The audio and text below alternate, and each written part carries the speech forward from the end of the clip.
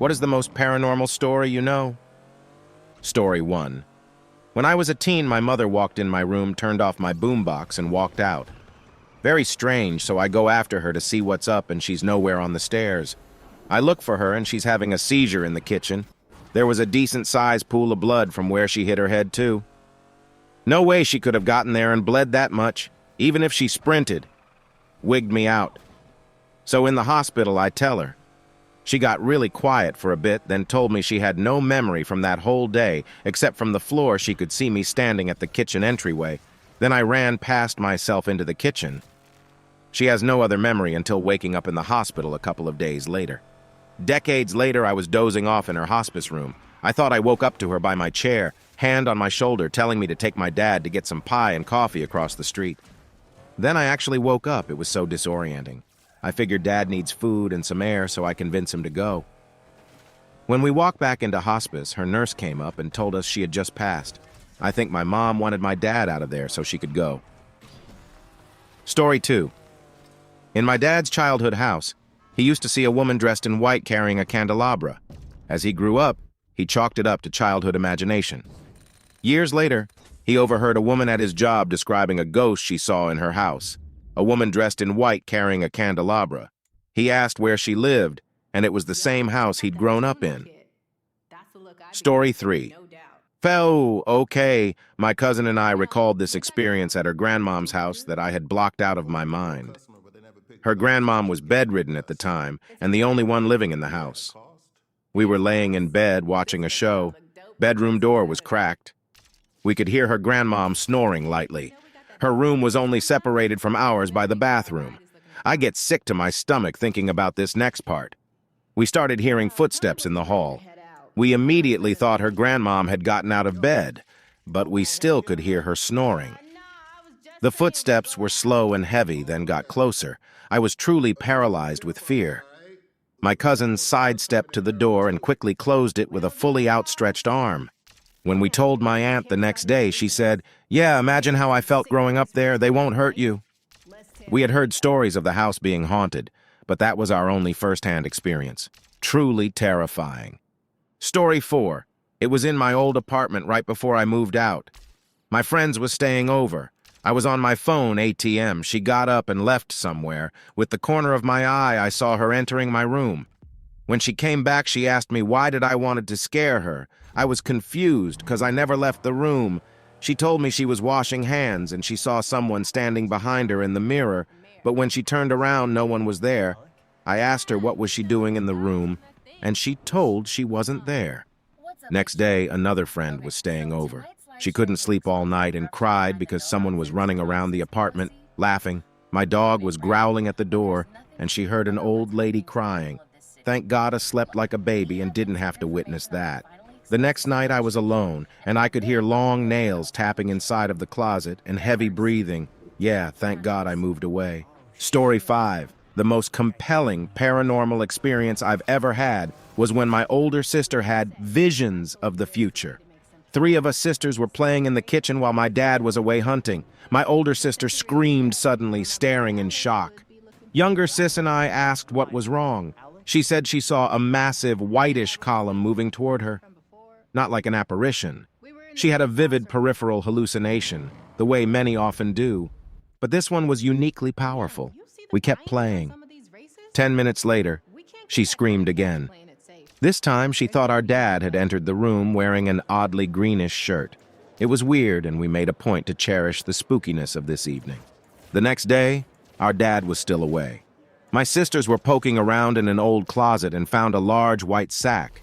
It was unusually large, maybe 9, 10 feet long, made of a tight hamper-like netting and shaped like a sleeping bag.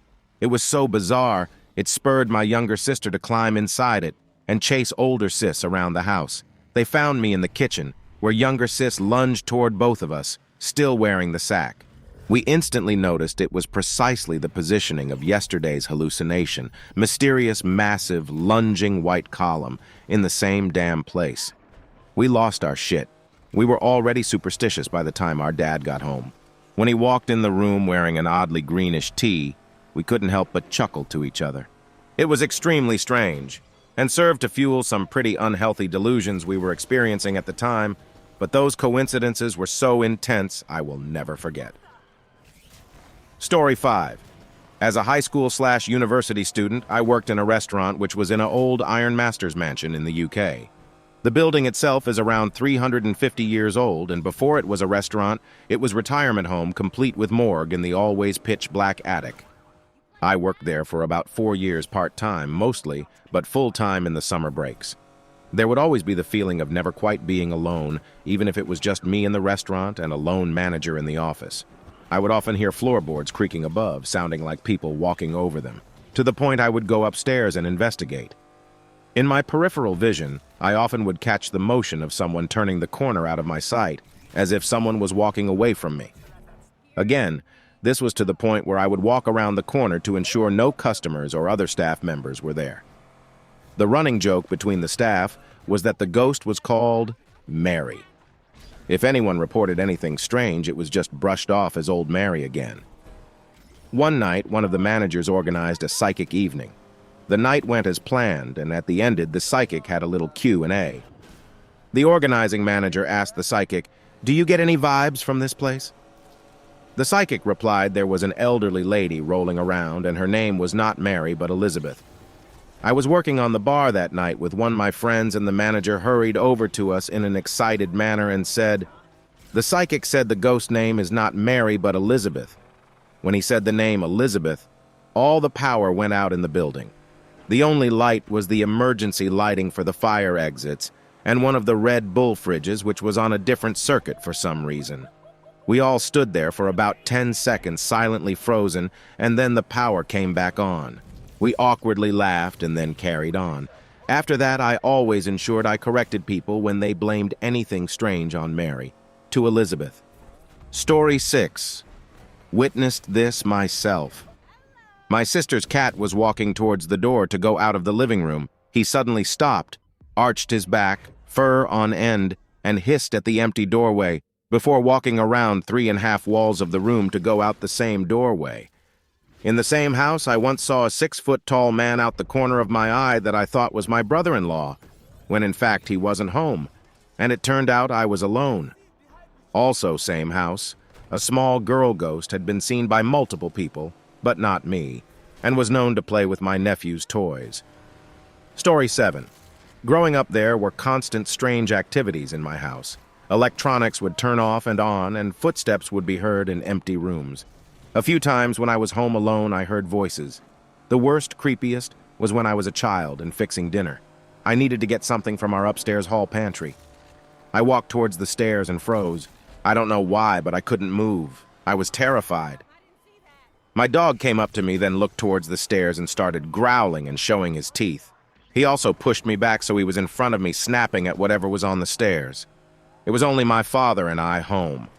Mother and my brother were out, and we lived on the 2nd floor. Our doors were locked and no one could get in without us knowing, so whatever it wasn't human. My father came over to see why our dog was freaking out, and when I told him, he said I was being silly and went to the stairs. He got to the doorway and froze. He looked scared and told me to take the dog, go get my uncle from across the street, and stay outside until he said. I did as I was told. This was almost 30 years ago. I never knew what was there. They never told me. I never felt fear like that again in that house, though. Story 8. I was driving to work ready for the graveyard shift, 2016, and caught a red light. There wasn't a single car in sight to cause it to turn red, so figured it was a timer. I wait for 5 minutes, the light doesn't turn, so I decide I'm just going to drive through it.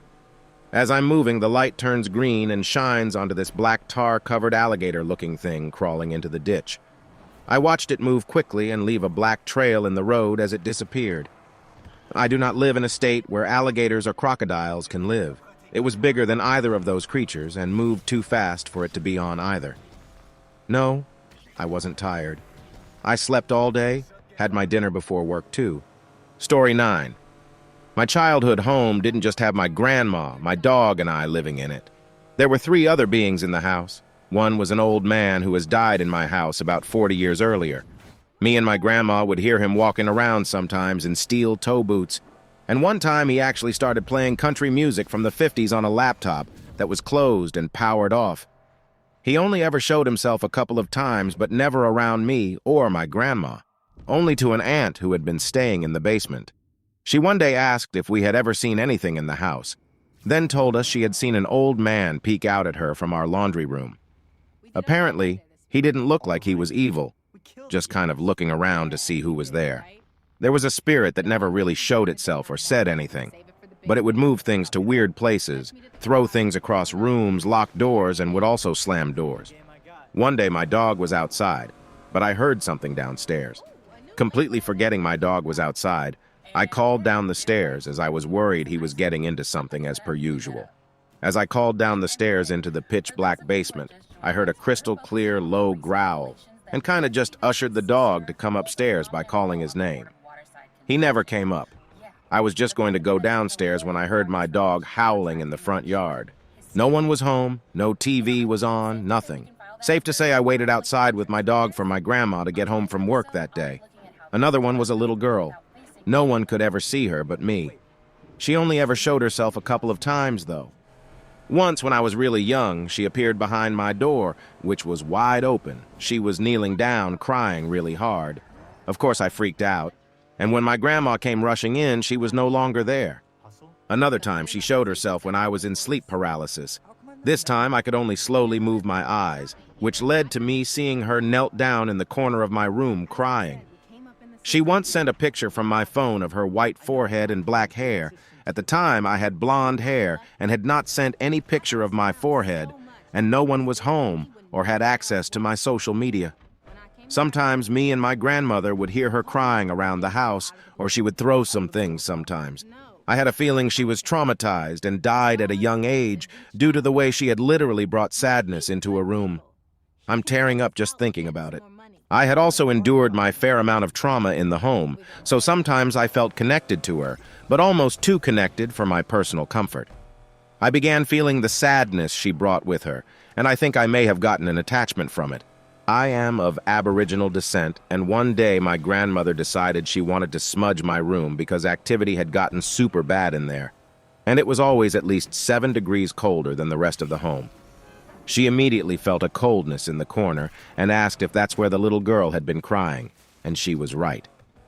As she was smudging, I started to cry very abruptly and hard. I was nearly sobbing. My grandma had to stop smudging, then told me that the girl most likely had an attachment to me, and I shouldn't have cried because in our culture and beliefs that means that you are inviting them to stay with you. My grandma died a couple of years later and I moved out of the home, but I still sometimes feel like she is with me. Story 10. So we live in South Africa, and I was 8 years old when I was in my room that's situated halfway down a long hallway. At around 7 a.m., my father had a closed Bible on his bedside. Keep in mind, he was not religious. It was more of a habit to have it, when he started swearing at something in his room out of the top of his lungs.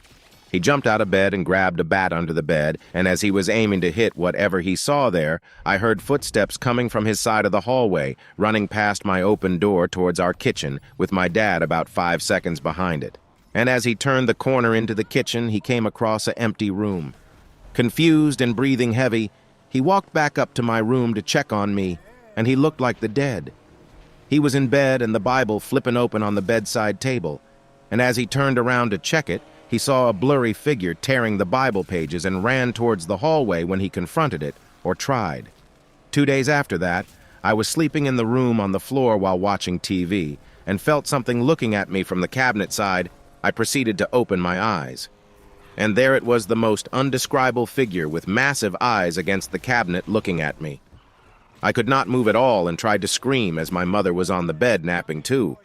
But for about 30 seconds I was helpless and scared looking at this 8-foot figure staring at me, and it vanished when my dad was coming down the hallway to go to bed. Now, I never told a soul about that night as I could not explain it.